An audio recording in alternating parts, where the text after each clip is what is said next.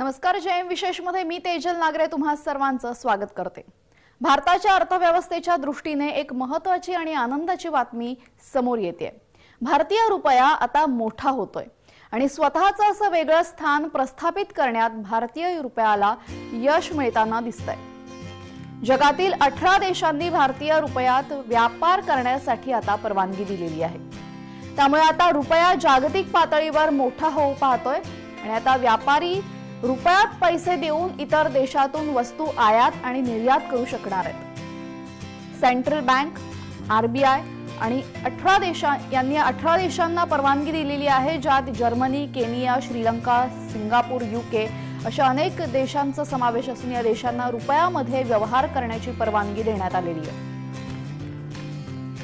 रुपयाला जागतिक चलन बनवण्याचं भारताचं ध्येय आहे आणि रुपयामध्ये आंतरराष्ट्रीय चलन बनण्याची क्षमता देखील आहे.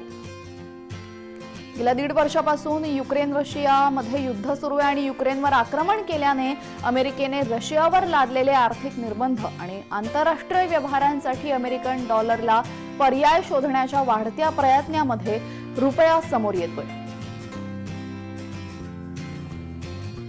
याच संदर्भात चर्चा करण्यासाठी आपल्याशी जोडले गेलेले आहेत अभ्यासक विनायक आंबेकर. विनायकजी, आपल्या जय महाराष्ट्रामध्ये खूप खूप स्वागत. आपण बघतोय की रुपया आता मोठा होतोय, आंतरराष्ट्रीय पातळीवर रुपया मोठा होतोय, तर डॉलर प्रमाणे जगभरातील व्यवहार भारतीय रुपयात व्हावेत यासाठी सरकार का प्रयत्न करतंय? सरकार गेले अनेक वर्ष बऱ्याच प्रकारे प्रयत्न करत आहे. त्यातला मूळ प्रयत्न जो आहे तो भारतीय अर्थव्यवस्थेला सुदृढ बनवणं हा त्याचा बेस होता. त्याच्यानंतर काय आहे की अमेरिका ज्या पद्धतीने 160 देशांशी डॉलरमध्ये आंतरराष्ट्रीय व्यापार करते, त्याचं कारण असं आहे की तिथे 2-3 गोष्टींची आवश्यकता असते. त्याच्यामध्ये एक म्हणजे स्टेबल पॉलिटिकल सिस्टीम, स्थिर राजकीय व्यवस्था, ती गेल्या 10 वर्षात नरेंद्र मोदी सरकारच्या निमित्ताने भारताला मिळालेली आहे. दुसरी एक त्याची आवश्यकता आहे की सोफास्टिकेटेड फिनान्शियल सिस्टीम्स.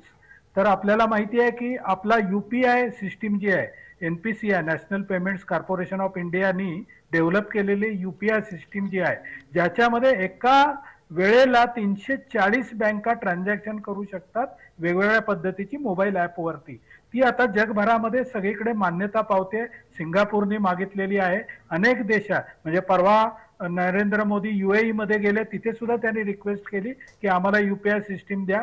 तर त्यामुळे जी एक सोफिस्टिकेटेड फिनान्शियल सिस्टीम जी आवश्यक होती ती डिजिटल इंडियाच्या रूपाने मोदींनी सगळी प्रत्यक्षात आणलेली आहे.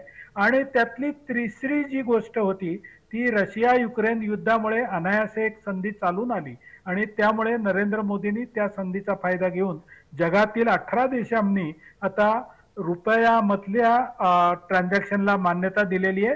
म्हणजे RBIने त्यांना होस्ट्रो अकाउंट उघडायला परवानगी दिलेली आहे आणि लवकरच आंतरराष्ट्रीय व्यापार जो आहे तो रुपयामध्ये सुरू झालेला आपल्याला पाहायला मिळेल. जी, यावेळेस जर जागतिक व्यवहार रुपयात झाले तर याचा रुपया बळकट होण्यासाठी कशा पद्धतीने फायदा होऊ शकतो?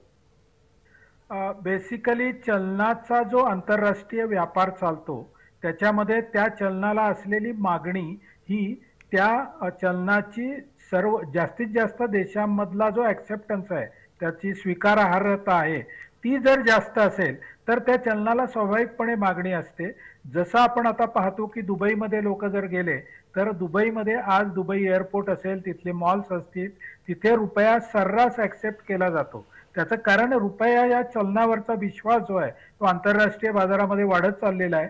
त्याच पद्धतीने हळूहळू जी आपली विश्वासार्हता वाढेल त्या पद्धतीने रुपया हा सगळीकडे आंतरराष्ट्रीय चलनाचं साधन, व्यापाराचं साधन म्हणून ते चलन म्हणून वापरला जाईल.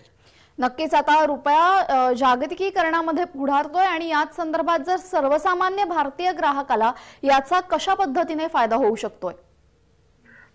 सर्वसाधारण एक तर मी तुमचं अभिनंदन करतो की तुम्ही एक चांगला विषय या निमित्ताने जनतेसमोर ठेवताय. होतंय काय की सर्वसाधारण जनता जी आहे त्याला काही ज्या भारतामधल्या घडामोडी ज्या आहेत आंतरराष्ट्रीय स्तरावरचा त्या समजत नाहीत किंवा त्याला त्याच्या दैनंदिन लाईफमध्ये त्याचा कोणीतरी नातेवाईक बाहेर देशामध्ये गेल्याशिवाय त्याला ही गोष्ट कळत नाही.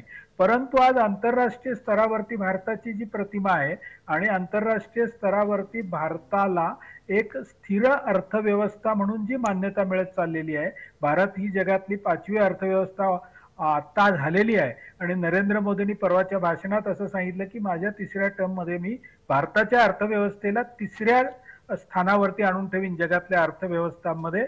त्यामुळे जे सर्वसामान्य नागरिकाला सुद्धा याचा फायदा होतो. जेव्हा तो कुठेही व्यापार करतो, मग तो आंतरराष्ट्रीय व्यापार असेल, देशांतर्गत व्यापार असेल, जसं भारताचा आंतरराष्ट्रीय व्यापार वाढेल तसं इथल्या सर्वसामान्यांना आंतरराष्ट्रीय स्तरावरती व्यापार करण्याची संधी मिळत जाईल. त्यामुळे हा सर्वसामान्यांना सुद्धा याचा नक्कीच फायदा होईल. नक्कीच. आपण आता बोलतोय की रुपया आता आंतरराष्ट्रीय होतोय, मात्र कशा पद्धतीने हा आंतरराष्ट्रीय होतोय? मुळात रुपया आंतरराष्ट्रीय होतोय म्हणजे सोप्या भाषेत काय हे आपण प्रेक्षकांना कसं सांगाल?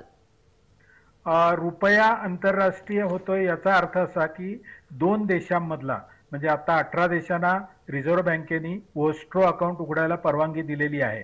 त्याचा अर्थ असा की या 18 देशांचा भारताबरोबरचा जो आंतरराष्ट्रीय व्यापार आहे, म्हणजे इम्पोर्ट एक्सपोर्ट, आयात निर्यात, दोन्हीही रुपयांमध्ये होईल. म्हणजे आता जेव्हा तुम्हाला त्या 18 देशांमधून आयात करायची असेल तर तुम्हाला डॉलर टर्म्स मध्ये एलसी ओपन करावी लागते. ती रुपया टर्म्स मध्ये एलसी ओपन करता येईल, कारण रुपया हे त्या देशामध्ये चलन म्हणून ते वापरले जातील आणि त्या वोस्ट्रो अकाउंटच्या मार्फत हा व्यवहार होऊ शकेल.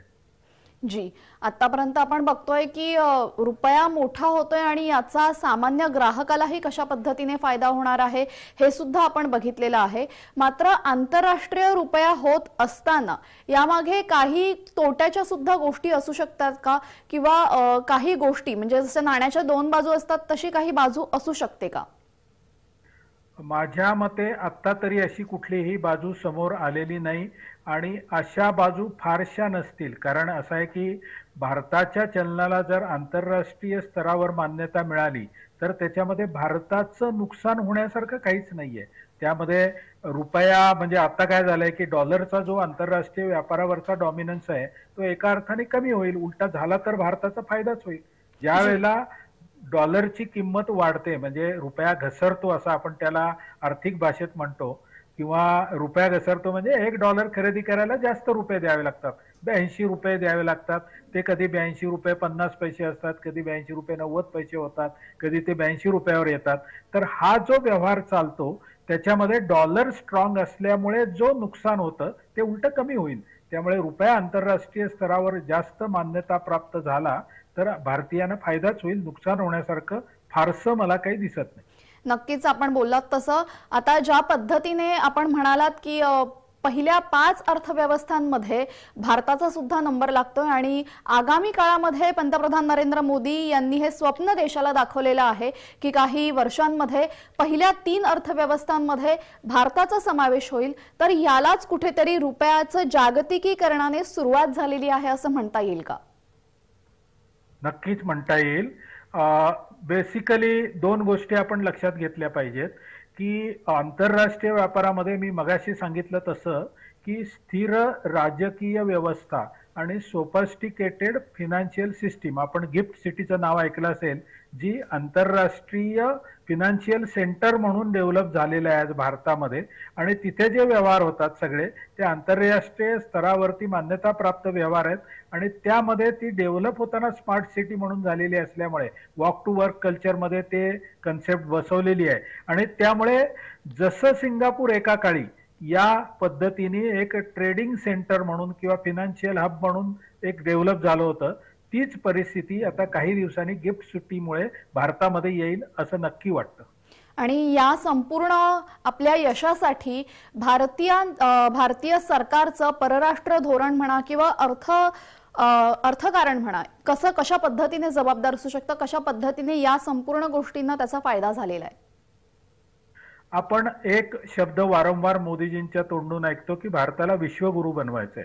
फक्त भारताला विश्वगुरू किंवा ज्याला कॉमन पार्लन्स मध्ये आपण सुपर पॉवर म्हणतो, तर तसं जर बनवायचं असेल तर त्यांची जी सुपर पॉवरची कल्पना आहे ती स्वामी विवेकानंदांनी सांगितलेली याची कल्पना आहे की त्यांना मिलिटरी पॉवर नाही बनवायचंय, तर त्यांना सहकार्याने, म्हणजे ते नेहमी म्हणतात की डिप्लोमसी आणि डिस्कशन ह्याच्या थ्रू आंतरराष्ट्रीय प्रश्न सोडवले जावेत, असं त्यांचं आग्रहाचं प्रतिपादन आहे, जे त्यांनी रशियाला आंतरराष्ट्रीय स्तरावरती जाऊन, आंतरराष्ट्रीय व्यासपीठावर जाऊन दणकून सांगितलं, ठोकून सांगितलं, आणि ज्याला जगामधून मान्यता मिळते आहे. त्यामुळे असं आहे की भारतावरचा विश्वास किंवा भारताकडे बघण्याची इतर देशांची, ज्याच्यामध्ये मोठ्या प्रमाणावर जे डेव्हलप नेशन आहेत त्यांची सुद्धा, जे डेव्हलपिंग नेशन आहेत त्यांची सुद्धा, आणि जे अनडेव्हलप्ड नेशन्स आहेत त्यांची सुद्धा जी भूमिका आहे ती बदललेली आहे.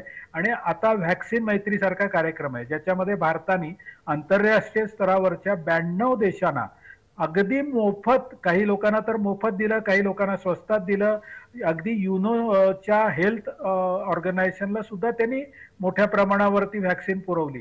या प्रकारामुळे काय झालं की भारत हा एक आपला मदतगार मित्र देश आहे, आणि अशी एक भूमिका सगळ्या देशांमध्ये तयार होते.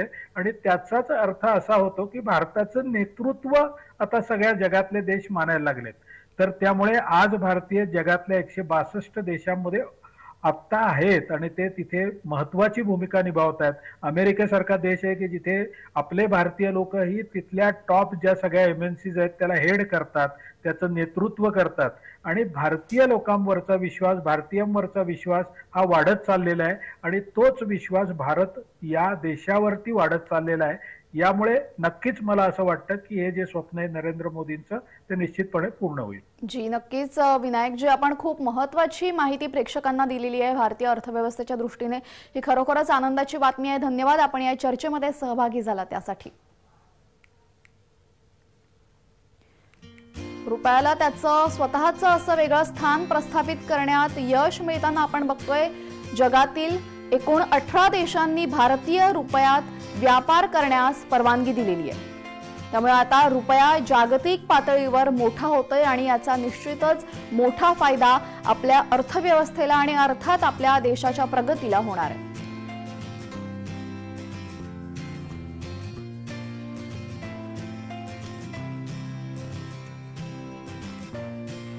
आता आयात निर्यात म्हणा किंवा मोठे व्यवहार म्हणा जे आंतरराष्ट्रीय पातळीवर होतात ते रुपयात होऊ शकणार आहेत.